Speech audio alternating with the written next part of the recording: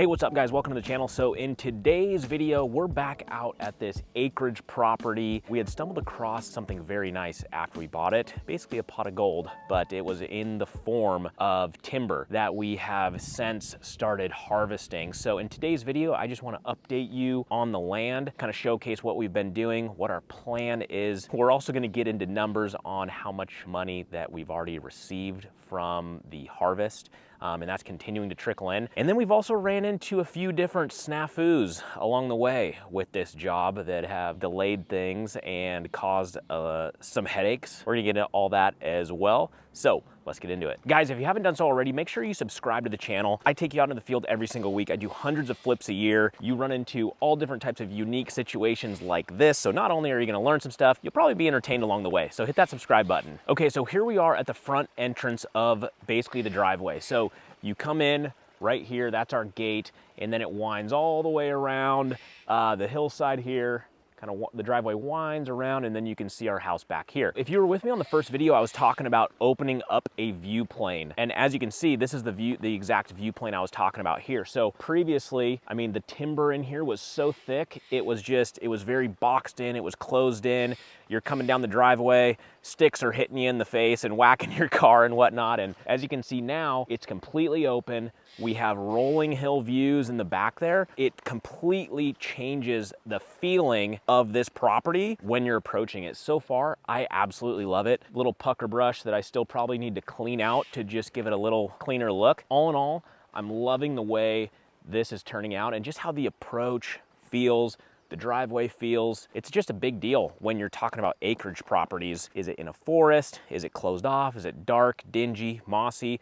Or is it open? Is it big? Is it grand? Does it have a cool sweeping entrance? Do you have rolling hill views? Like, this all plays a role in the premium that you're gonna get when it comes to selling an acreage property. Okay, so once we were done logging the property, we then started hauling the logs off. That means bringing log trucks in down this narrow road, swinging them around here, up and through, and basically back to the loading zone, which was back there by these machines here. So snafu number one that took place is we were trying to navigate trucks through this very narrow road. Since then, as you can see, we've had to bring in a bunch more gravel than we anticipated to widen this turn.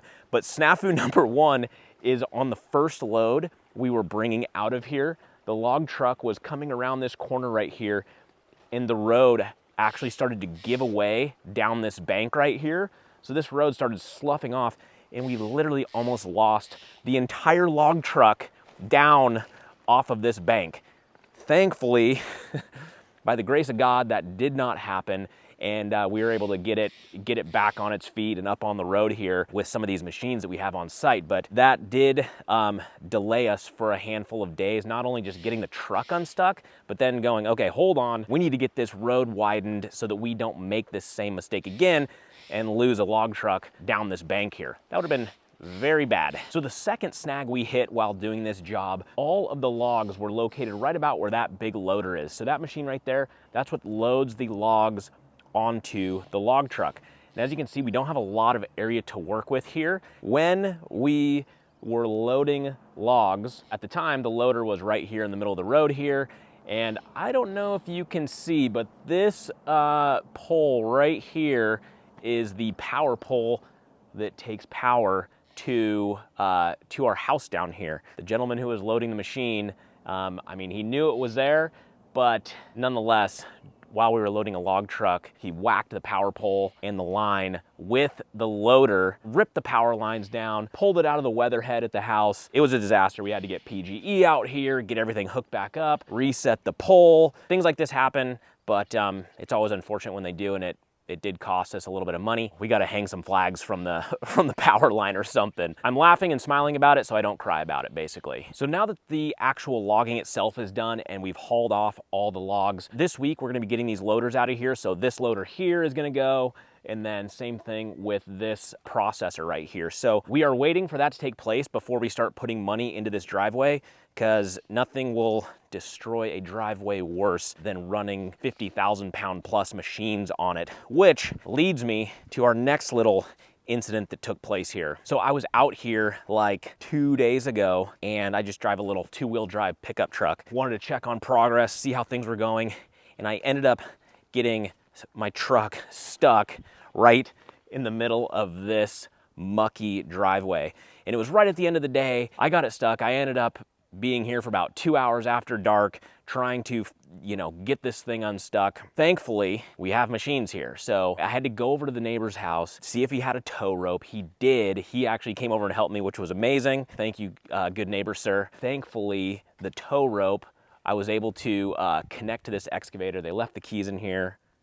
Amazing. Otherwise, I don't know what I would have done, had to call a tow truck or something, but I was able to get this excavator fired up, walk it over in front of my truck, use it to actually pull my truck out with the rope that I had borrowed from the neighbor. This was a whole 2.5 hour ordeal after hours in the dark.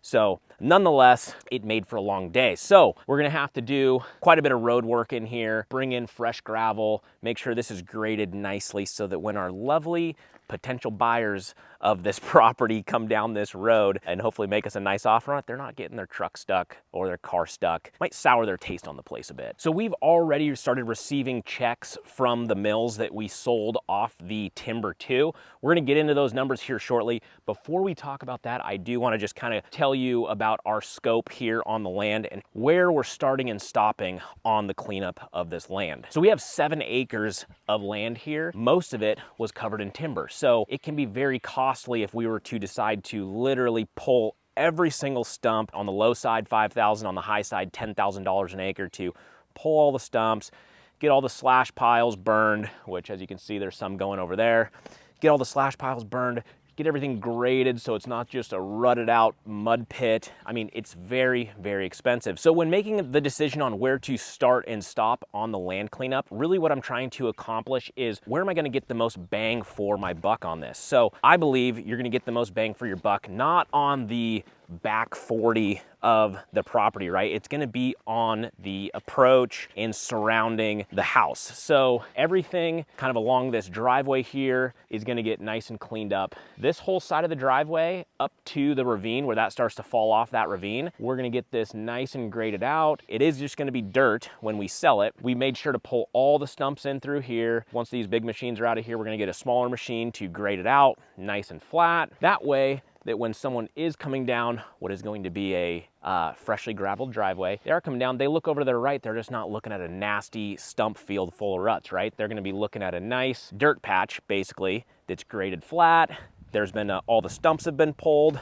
There's a decent amount of stick removal that has taken place. So that's just going to add to the curb appeal of our house there that kind of sits back at the back portion of our property. So this whole section here along the road is gonna get cleaned up, and I'll show you what we're doing here on the other side. Okay, so just to give some perspective, here is the house here, obviously, and directly behind you, I'm gonna spin you around to, this is the remaining portion of the property, and we only probably went back 1/3 the distance to the far back property line, which is that tree line back there. And the reason for that is, again, cost, and it kind of rolls over a hill here, so you don't have good visibility on all that back stump field. We chose to just kind of clean up this surrounding area that's tight into the house, just like we did on the other side of the driveway. It's gonna look good, it's gonna be level, it's gonna be clean, it's gonna be graded. And again, they're just not looking at some nasty stump field. So I would say we're probably clearing anywhere from 2 to 3 acres. I don't know the final budget on what our land clearing is gonna be. We'll get into that in the next video once we get our final invoices, but I'm guessing it's gonna be anywhere from $20,000 to $30,000 to get this clear. At the moment, as you can see, it still looks very just kind of rutted out. It's, I literally just almost lost a boot in here. It's been raining. Oh my goodness, it's been raining so hard. The ground just isn't dry enough to get any type of machine in here at the moment and do any grading. It's just gonna create more of a mess.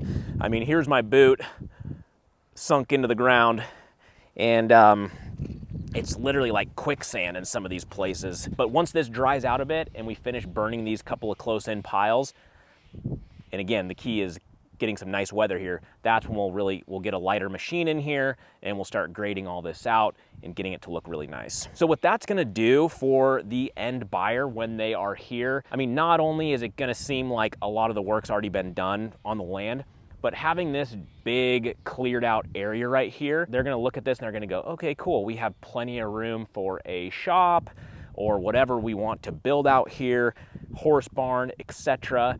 That's what a lot of people are looking for when they're buying acreage out in the country here. So basically giving them an open canvas here so that they don't have to come in here and be like, oh my gosh, I have to pull all the stumps. Who do I call for that? I got to do all this burning. So again, we're just providing them with a nice open canvas here on a good portion of the land so that they can do what they want to do with it basically right out of the gates. So check this out. So this is all mud, as you can see here. I'm going to take you to the back portion of the property where we've done nothing, as far as we haven't pulled any stumps and we haven't done too much piling other than just the main big slash piles that you'll see. But I just want to show you how different it looks and literally what a mess this process can create. Okay, so I'm on the back 40 where we decided to stop the land improvement. If I pan this way, you can see just, it's a literal stump field. There's stumps everywhere, an absolute war zone. We have these slash piles piled up everywhere. These things are like 20 feet tall. These are massive, massive bonfires. And the reason we're thinking about keeping these is because you need that when said buyer goes to pull these stumps. You need a big pile like that in order to get hot enough to where the stumps can actually burn. So here's the untouched side. Spin you around here and look at the work we've been doing here closer into the house. There's a lot of work to be done.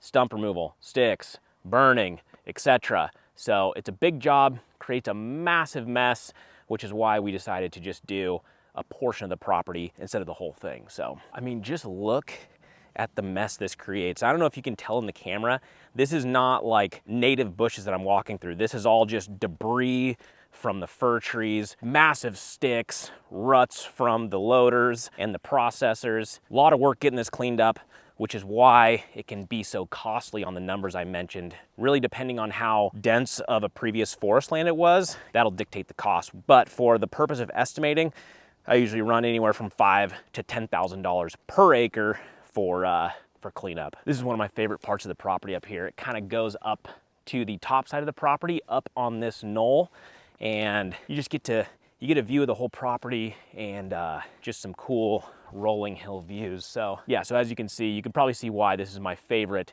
vantage point of the property. Okay, so here are the numbers on this deal. So we bought this house, acreage, everything for $375,000. We'll have to get into repair numbers and final sale price on the next video. But on this one, I just want to talk about what we've received so far in timber values. So again, we started trucking the timber out, selling it to the mills. We're still waiting on some final checks to come in from the mills that we sold to.